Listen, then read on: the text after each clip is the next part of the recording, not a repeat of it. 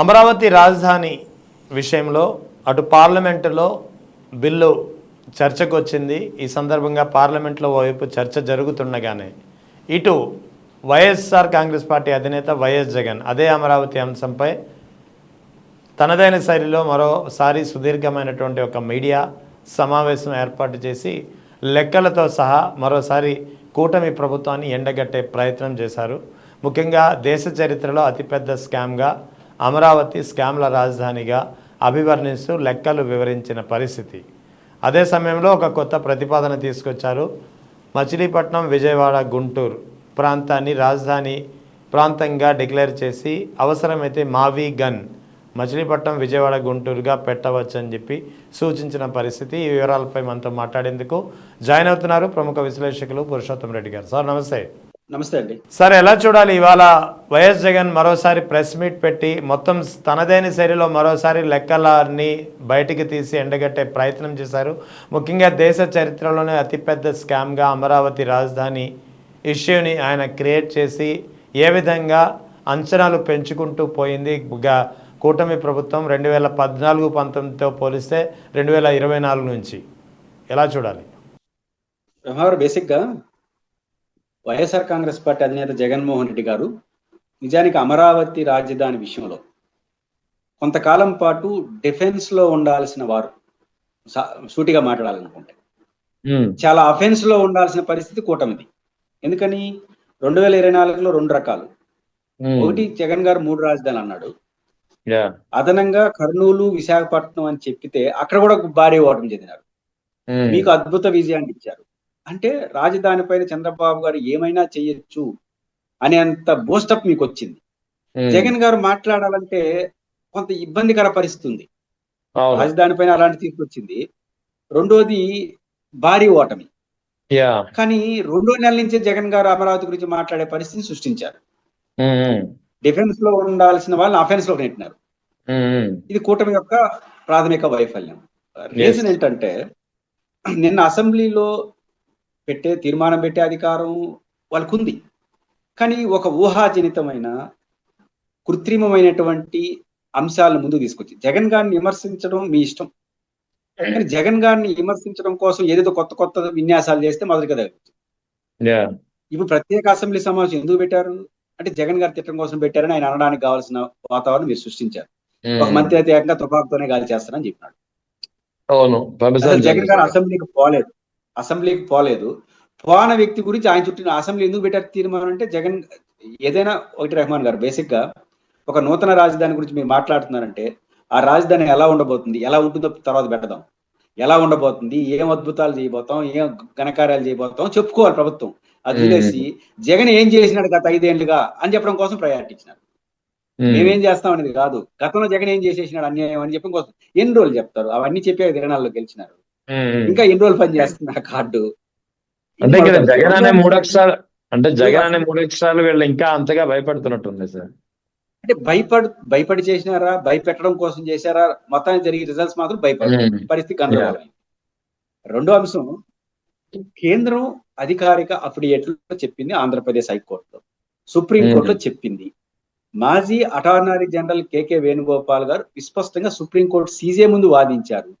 విస్పష్టంగా రాజధాని అనేది రాష్ట్రాల సమస్య, ఆ రాజధాని రాష్ట్ర అభిష్టము అని కేంద్రము చెప్పి రాష్ట్రం చెప్పిన తర్వాత ఒక తీర్మానం, ఒక చట్టబద్ధత, ఒక శాశ్వతం, ఒక ఏకైకం, పార్లమెంటు చట్టం ఇన్ని చేయడం ఎందుకు వచ్చింది?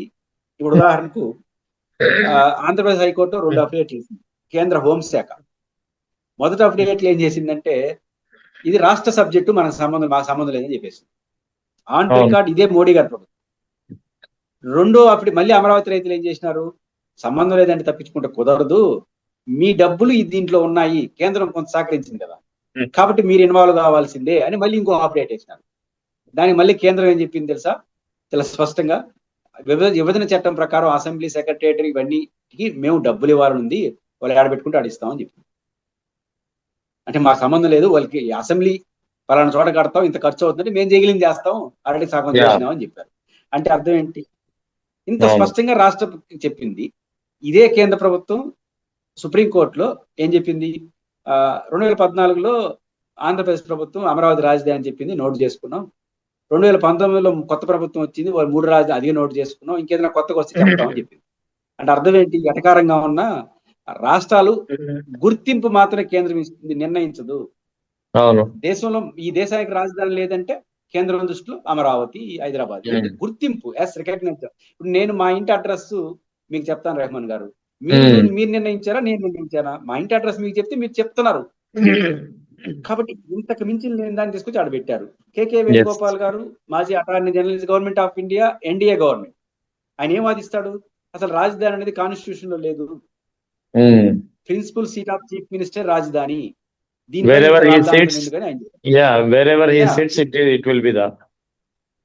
అంతే, principal seat of chief minister. కాబట్టి ఇంత స్పష్టంగా చెప్పిన తర్వాత కూడా రాజధానిని ఒక పెద్ద అంశంగా మార్చేస్తే అవన్నీ ఇప్పుడు జగన్ గారు మాట్లాడడానికి అవకాశం దొరికింది. ఇప్పుడు మొత్తంగా దేశ చరిత్రలోనే అతిపెద్ద స్కామ్గా అమరావతిని అభివర్ణిస్తూ వైఎస్ జగన్ లెక్కల గణాంకాలు వివరించారు. 2018తో పోలిస్తే ఇప్పుడు 2024-25లో కూటమి ప్రభుత్వం, అప్పుడున్న ప్రభుత్వమే ఇప్పుడు కూడా, అప్పుడు దాదాపు ఈ 5 టవర్లు ఏదైతే టవర్ 1, టవర్ 2, GAD టవర్ మొత్తం 5 టవర్లు నిర్మించదలిచిందో ఈ 5 టవర్ల వ్యయాన్ని దాదాపు రెట్టింపు కంటే ఎక్కువ అంచనా పెంచేసిన పరిస్థితి. దీనిపై కూడా జగన్ పెద్ద ఎత్తున మాట్లాడుతూ అందుకే ఇది అతిపెద్ద స్కామ్గా ఆయన అభివర్ణించిన పరిస్థితి. జగన్ గారు ఆ టెండర్లు, ఆ ఎస్టిమేషన్స్ లో అవినీతి జరిగాయని భావిస్తున్నారు.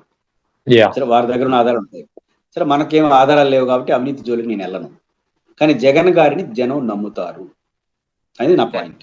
మీరు అన్న కాంట్రడిక్షన్ ఉందండి. ఒక పక్క అవినీతి సంబంధం అంటారు, జనం గట్టి నమ్ముతారని అనొచ్చు. నమ్ముతారు. ఎందుకని? ఎక్కడైనా పోల్చుకుంటారు రెహమాన్ గారు. ఒక బిల్డింగ్ కట్టేటప్పుడు ఆ బిల్డింగ్ ఎంత కట్టారు అని పోల్చుకుంటారు. మన కళ్ళ ముందు హైదరాబాద్ నగరంలో 600 కోట్లు, బిలో 1000 crores రూపీస్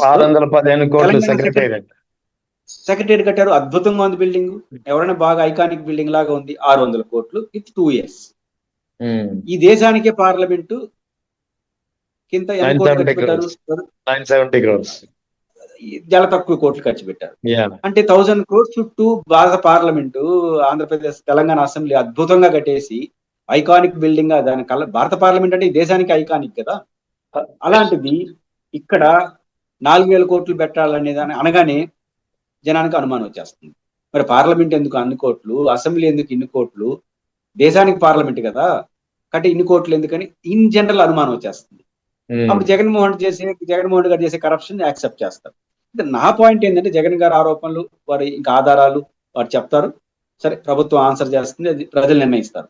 నా పాయింట్ ఏంటంటే, యాజ్ ఏ అనలిస్ట్ గా, మీరు జర్నలిస్ట్ గా ఆలోచించండి. మీరు ఎదురుగా నాకు కూర్చోన్నారు, ఒక షర్ట్ మీరు వేసుకున్నారు. 100 రూపాయల షర్ట్ వేసుకోవచ్చు, 1000 రూపాయల షర్ట్ వేసుకోవచ్చు, 1,00,000 రూపాయల షర్ట్ కూడా వేసుకోవచ్చు. మార్కెట్ లో దొరుకుతుంది. ఏంటి ప్రామాణికం? రెహమాన్ గారికి ఉన్నటువంటి ఆదాయమే ప్రామాణికం. మీ డ్రెస్ కానీ మీ ఎసులుబాటు. కోట్లలో ఆదాయం ఉంటే 1,00,000 రూపాయల షర్ట్ కూడా వేసుకోవచ్చు, పోయిందే ఉంది. ఇప్పుడు ఆంధ్రప్రదేశ్ 4,000 కోట్లతో అసెంబ్లీ కట్టచ్చు. దానికి వాడే మెటీరియల్స్, వాటిలో బంగారు పోత వేసారనుకోండి, 10,000 కోట్లు కూడా పెట్టచ్చు, పెద్ద ఇబ్బంది ఏమీ లేదు. పాయింట్ ఏంటంటే, మన శక్తి అంతా తెలంగాణతో పోల్చుకుంటే మన ఆర్థిక పరిస్థితి ఇబ్బందే కదా, దేశాంతో పోల్చుకుంటే మన ఆర్థిక పరిస్థితి ఇబ్బందే కదా. దేశానికన్నా ఆర్థిక పరిస్థితి ఇబ్బందిగా ఉన్న రాష్ట్రం తెలంగాణ కన్నా తెలంగాణ బెటర్ గా అసెంబ్లీ సెక్రటేరియట్ కట్టాలని ఎట్టను. నేను సెక్రటేరియట్, అసెంబ్లీ అనేది ఒక రాష్ట్రానికి ఒక ఐకానిక్ బిల్డింగ్స్. నువ్వు ఎంతనా పెట్టు, తప్పే. కరప్షన్ పక్కన పెడితే ఎంతనా ఖర్చు పెట్టు, కానీ నీ స్తోమత ఎంత? ఆంధ్రప్రదేశ్ ఆర్థిక స్తోమత సంవత్సరానికి అప్పులు చేయకపోతే ఇబ్బంది. RBI, reserve bank of India వాళ్ళు ఇచ్చిన రిపోర్ట్ ప్రకారం ఒక 12 రోజులు 15 రోజులు అట ఏది ఓడికి పోయింది ఈ రాష్ట్రం. 360 రోజులు మొత్తం ఓడికి పోయారట. అంటే ఓడి కంటే ప్రతిరోజు చేతు బదులు తీసుకున్న దానికి మనం అప్పులకు వడ్డీ కట్టడం దేవుడు ఎరుగు. చేతు బదులు తీసుకున్న దానికి 305 కోట్ల అప్పు వడ్డీ కట్టారంట. పరిస్థితి అట్టుంది. నేను ఈ ప్రభుత్వం తప్పు అన్నాను.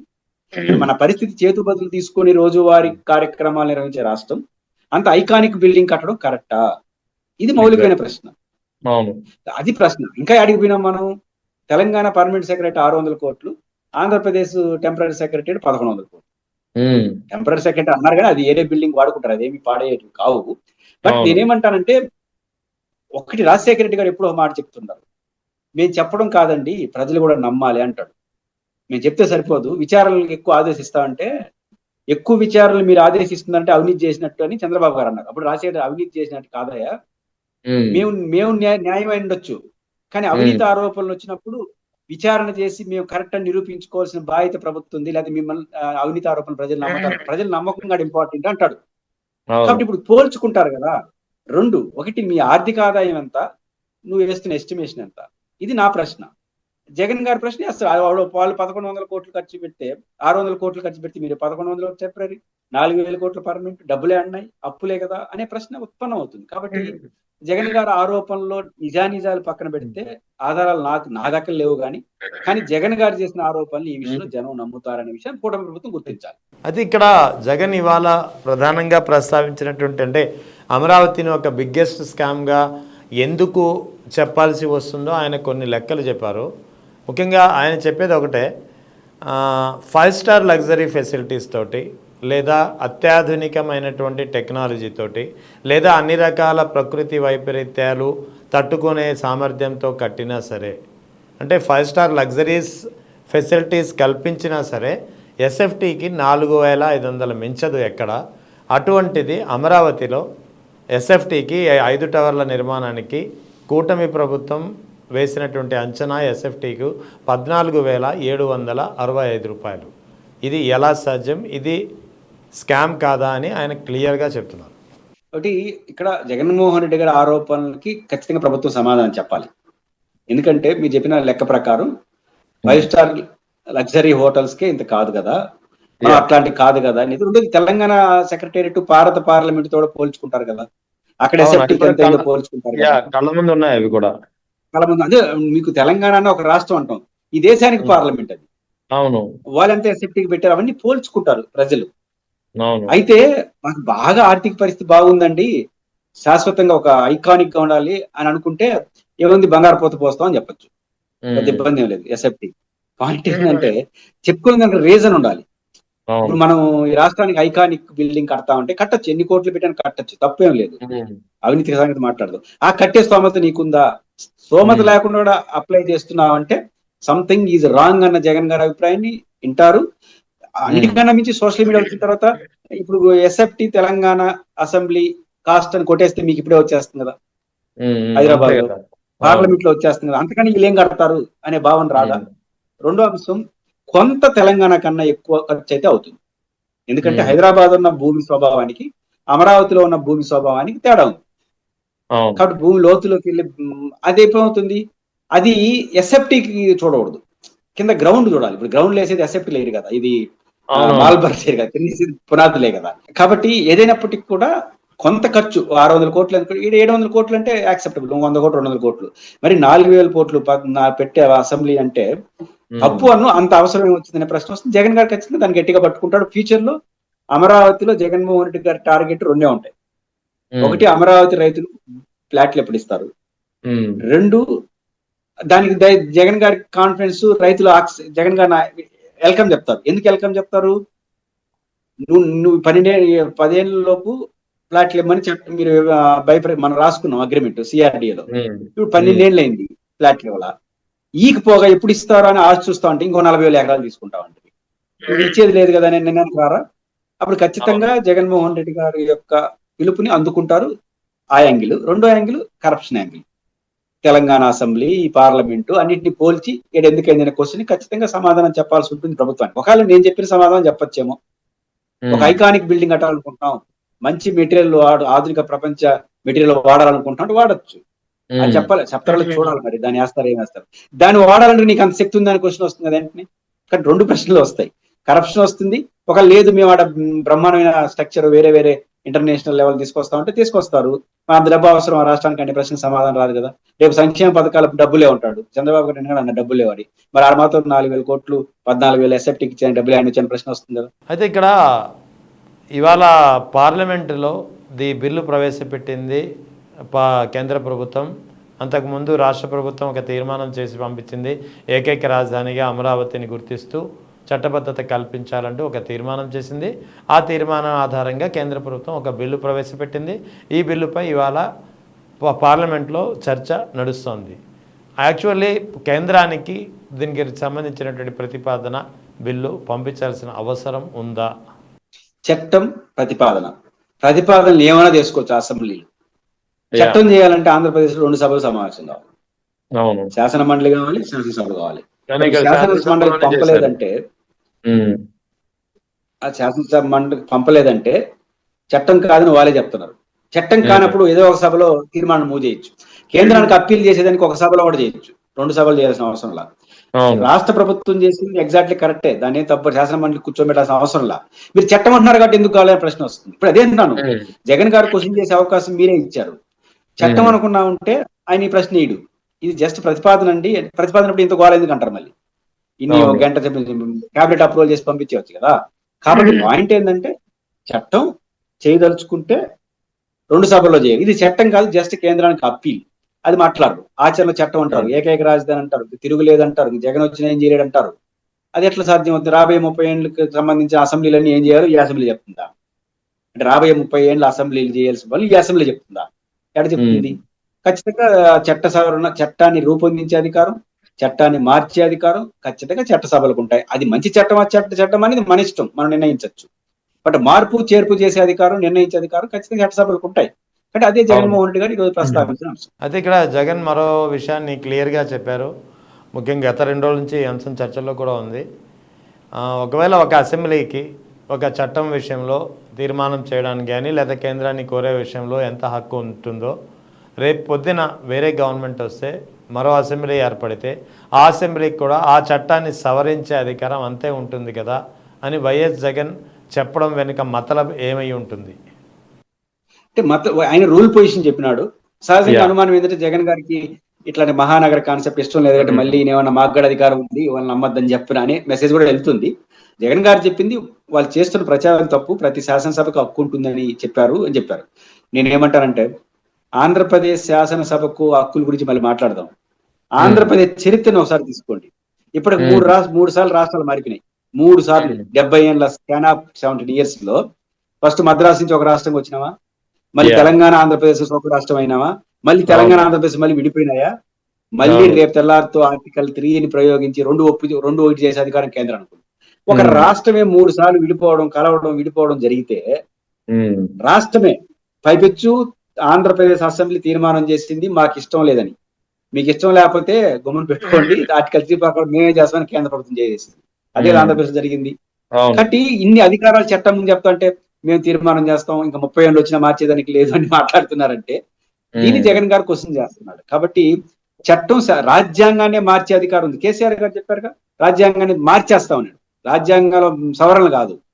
రాజ్యాంగాన్ని ఎవరు రచించారు? భారత పార్లమెంట్ నియమించినటువంటి రాజ్యాంగ కమిషన్. రేపు డాక్టర్ బిఆర్ అంబేద్కర్ కమిషన్ వేశారు. రేపు ఇంకొక పార్లమెంట్ సభ్యుడు కమిషన్ వేసి రాజ్యాంగాన్ని మారిస్తే పార్లమెంట్ ఆమోదిస్తే అయిపోయింది కదా, 2/3 రాష్ట్రాలు ఆమోదిస్తుంది కదా. అంటే రాజ్యాంగాన్ని మార్చేసి పట్టినప్పుడు రాజధాని మార్చే అధికారం ఎందుకు ఉండదు? మార్చాలని నా కోరిక కాదు, బట్ ఇట్లాంటివి అనవసరం అంటున్నాను. అదే ఇక్కడ ఇప్పుడు ఇవాళ జగన్ ప్రెస్ మీట్లో మరో కొత్త అంశం ఆయన తెరపైకి తీసుకొచ్చారు. ముఖ్యంగా మా వి గన్ మచిలీపట్నం, విజయవాడ, గుంటూరు. ఆయన చెప్పే ఉద్దేశం ఏంటంటే విజయవాడకి అటు మచిలీపట్నం దాదాపు 70 కిలోమీటర్లు, అదే విజయవాడకి ఇటు గుంటూరు 40 కిలోమీటర్లు.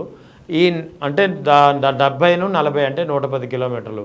ఈ 110 కిలోమీటర్లు కూడా నేషనల్ హైవే కనెక్టివిటీ ఉన్నటువంటి ప్రాంతం.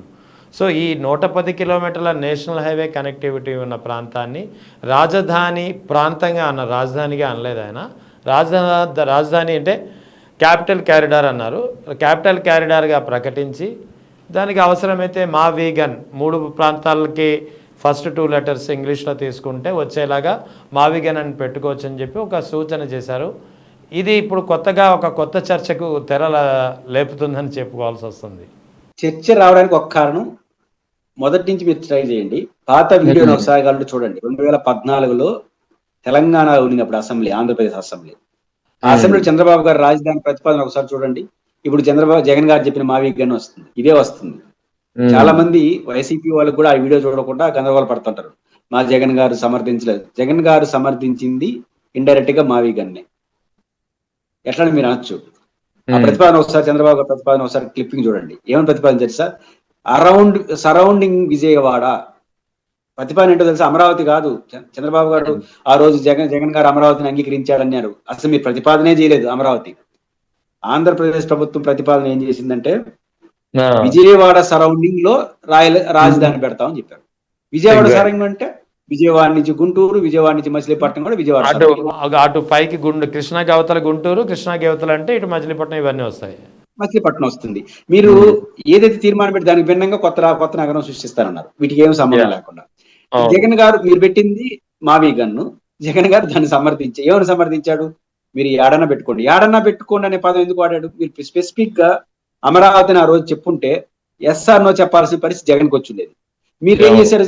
బ్రాడర్ గా విజయవాడ సరౌండింగ్స్ అని పెట్టారు. విజయవాడ సరౌండింగ్ అంటే మచిలీపట్నం కావచ్చు, గుంటూరు కావచ్చు, అమరావతి కావచ్చు, ఏదైనా కావచ్చు, ఏమైనా కావచ్చు. ఇవాళ మీరు ఆయన అర్థం వచ్చేది చెప్పేసరికి ఆయన ఏమన్నాడు తెలివిగా, మీరు ఏడన్నా పెట్టుకోండి కానీ అక్కడ 10 ప్రభుత్వ భూములు 30,000 ఎకరాలు ఉన్నాయని చెప్పాడు. కానీ దీన్ని చూపించేసి జగన్ ఆమోదించాడంటే మీరే పెట్టలేదు ప్రతిపాదన. మళ్ళీ అది ఒక సమస్య వచ్చిందా? ఇప్పుడు కొత్త చర్చ. ఇప్పుడు రాజధాని ప్రతిపాదన ఏంటి? మీడియా సరిగ్గా గమనించాల. అమరావతి అన్నారు, కాదు ఎట్ అమరావతి. కానీ తీర్మానం చూడండి. అట్ అమరావతి అంటే అర్థం ఏంటి? ఇంగ్లీష్ లో 100 రకాల, నేను తలనొప్పి వచ్చింది అది డిక్షనరీ చూస్తుంటే 100 అర్థాలు వస్తాను. అట్ట అమరావతి అంటే కూడిన, దరిదాపుల్లో, చుట్టుపక్కల, సమీపంలో, ఇన్ని అర్థాలు వస్తాయి. వద్దా ఇన్ని వస్తుంది. దీంట్లో ఏది తీసుకుందాం? వావిగన్ తీసుకుందామా? యాక్చువల్లీ కూటమి ప్రభుత్వం ప్రతిపాదించినటువంటి తీర్మానం ఏదైతే కేంద్ర ప్రభుత్వానికి పంపిందో అందులో ఎట్ అమరావతి అని వీళ్ళు మెన్షన్ చేశారు. అంటే వీళ్ళ ఉద్దేశం అమరావతి చుట్టుపక్కల అనేది కూటమి ప్రభుత్వానికి ఉంది. అంటే ఏదైతే జగన్ ఇప్పుడు చెప్పారో అదే ఇంచుమించు. అంటే జగన్ చెప్పింది వాళ్ళ ఉద్దేశం కాదు, కానీ వాళ్ళ ఉద్దేశం ఎందుకంటే అమరావతి అన్నది బహుశా సిఆర్డిఏ పరిధిలో కూడా లేదు. ఒరిజినల్ అమరావతి కృష్ణా పక్కన ఉంది. వీళ్ళేమో వెలగపూడిలో నిర్మించే రాజధానికి అమరావతి అని పేరు పెట్టారు. కాబట్టి అట్ట అమరావతి అని కాకపోతే వెలగపూడిలో రాజధాని ఉండేది. అమరావతి రాజధాని ఒప్పుకునే అనుకో ఆడ పెట్టాల్సి వస్తుంది. కాబట్టి ఇక్కడ సంక్లిష్టత ఉంది. అందువల్ల హడావుడి లేకుండా ప్రశాంతంగా ఇక్కడ ఒక బిల్డింగ్స్ పెట్టుకొని దానికి ఒక పేరు మార్చి అన్ని ఏర్పాటు మళ్ళీ పెట్టుకోవచ్చు కదా. ఇప్పుడు మీరు అట్ట అమరావతి అంటే మచిలీపట్నంలో పెట్టొచ్చు, విజయవాడలో పెట్టొచ్చు, గుంటూరులో పెట్టొచ్చు, మంగళగిరిలో పెట్టొచ్చు. ఇన్ని అర్థాలు మీరే ఇస్తున్నారు.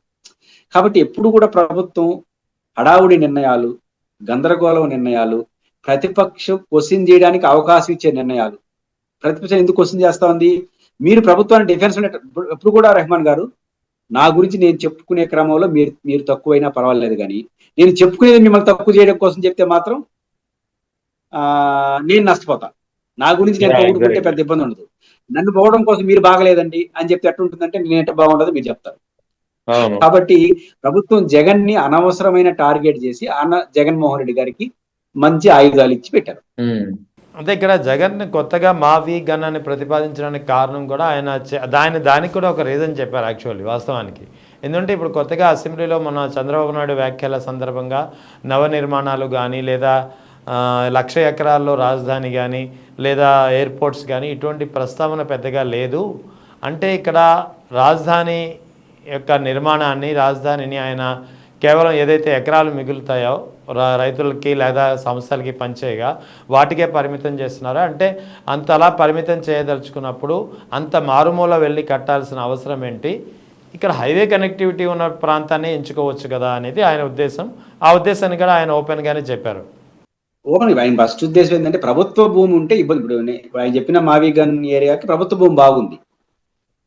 ప్రభుత్వ భూమిని అనుకో ఈ రైతులకు ఒప్పందాలు చేసుకొని వాళ్ళ కోసం ప్లాట్లు ఇచ్చి, ఇప్పుడు అమరావతిలో చంద్రబాబు గారు కొన్ని ఇబ్బంది ఏంది? అమరావతి రైతులు రిటర్న్ ప్లాట్లు ఇవ్వాలి. ఎన్ని ప్లాట్లు ఇవ్వాలి? 1,00,000 ప్లాట్లు ఇవ్వాలి. 1,00,000 ప్లాట్లు ఇవ్వాలి. మరియు మీరు సెల్ఫ్ సఫిషియెంట్ అంటారు, ఇంకో 1,00,000 ప్లాట్లు అమ్మడానికి తయారు చేయాలి. అంటే 50,000 ఎకరాలని ఫస్ట్ బైఫర్కేషన్ చేయాలి. బైఫర్కేషన్ చేయాలంటే కనీసం 40,000 కోట్లు అవుతుంది. బైఫర్కేషన్ చేసేది డెవలప్మెంట్ కాదు, భూమిని చదువు చేసి డెవలప్మెంట్ చేసి రోడ్లు వేసి కమర్షియల్ ప్లాట్లు, హౌసింగ్ ప్లాట్లు అన్ని డిజైన్ చేసి ప్లాట్లు అమ్మడానికి కావాల్సిన ఏర్పాట్లు చేసుకొని 1,00,000 ఎకరాలు 1,00,000 ప్లాట్లు రైతులకు ఇచ్చేస్తే అప్పుడు ఒక స్వరూపం వస్తుంది, స్టార్ట్ అవుతుంది. అప్పటి వరకు రాజధానిలో ఏమీ కట్టలేవు, అసెంబ్లీ కట్టలేవు, సెక్రటరియట్ కట్టలేవు. దీనికి 50,000 కోట్లు అంటే ఏడున్నాయి డబ్బులు? ఇది మౌలికమైన ప్రశ్న. వాళ్ళకి వద్దని ఇది పోదామా అంటే అసెంబ్లీ, సెక్రటరియట్ ఇవన్నీ కట్టుకున్నామంటే వాళ్ళ అసంతృప్తి. ఇవన్నీ ఎందుకు వచ్చినాయి? రైతుల నుంచి 33,000 ఎకరాలు తీసుకోవడం వల్ల.